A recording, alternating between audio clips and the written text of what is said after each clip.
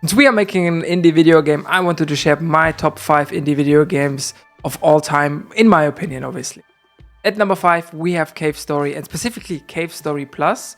I played it on Nintendo Switch. I'm sure there's like other platforms you can play that game on. But what I really like about it, I feel like it looks very unique. It has a really unique feel to it, even though there's like a gazillion platformers out there. The story which is running in there is also pretty interesting, and the way it's delivered, I think, is fantastic.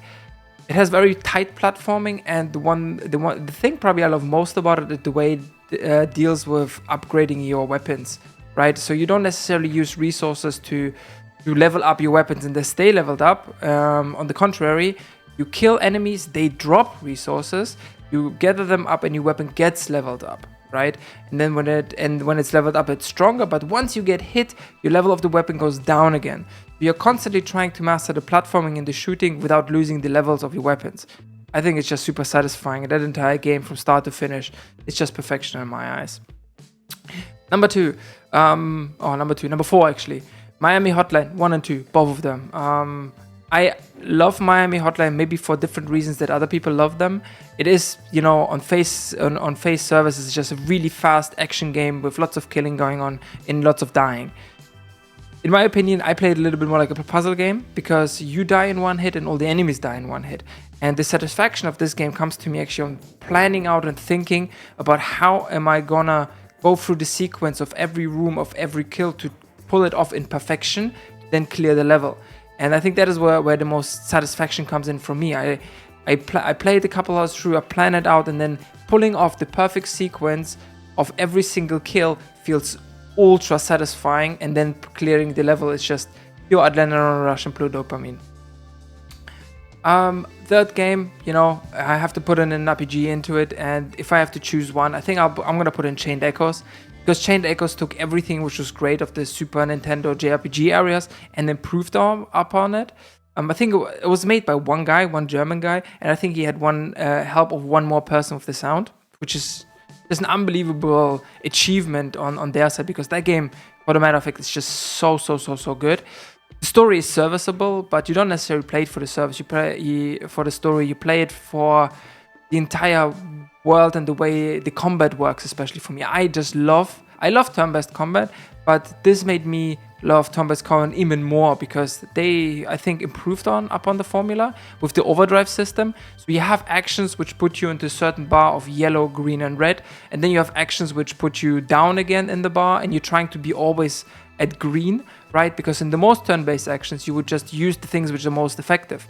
But in this case, you now have to think about using the most effective thing, but also managing sort of where you are in the bar. Because if you're on red, you do less damage than you should. If you're in green, you do more damage than you should. So you're kind of managing not only what is good against the enemy, but also what is good against what also keeps you in the green area of the overdrive bar. On top of it, there's one thing which I really like about it, and it's a really small thing, but I just adore it.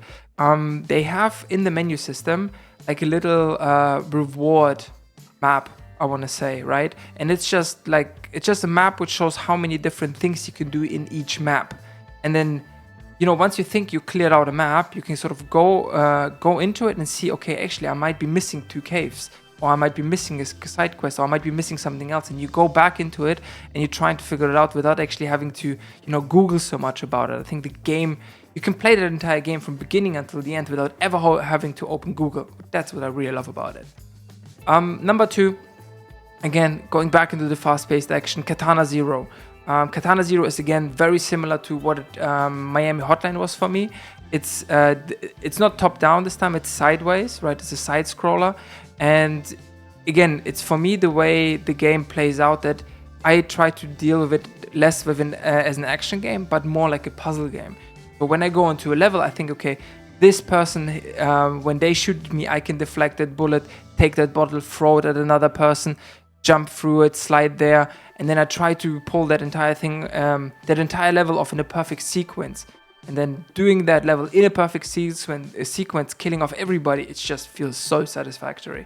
And I actually enjoyed it a little bit more than Miami Hotline, because Katana Zero actually has a story behind it, and I think which is also really well delivered, right? It's a little confusing at the beginning, but I think it pulls it off and pulls it through at the end.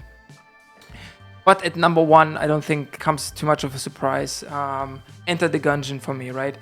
I mean, Enter the Gungeon is the indie game which I've put in the most hours, right? It is.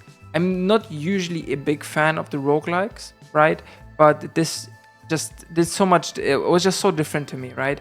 Enter the Gungeon has just so much progression built in, right? Every time you die, every time you clear something, every time you do something, I feel like I'm progressing. Either I'm buying new items, or I'm buying new weapons, I'm unlocking something else, I'm unlocking new quests, I'm unlocking new characters, I'm unlocking new modes. I'm constantly unlocking something. I'm working on some hunt quests, I'm finding some treasures and items in certain levels which I'm looking for, and I'm constantly feel like I'm progressing through that game, even though you technically always start from the beginning. And it has really fun guns, it has really fun levels. I think there's a lot of mastery to that game that you become really much better at it. And I've easily put in over 200 hours on it just to really unlock every single thing. And that sense of progression is really something which I love at Enter the Gungeon. I think it over delivers on what it costs for now. So these are my top 5 indie games. Share in the comments below what are yours, and I wish you the greatest of days. Peace.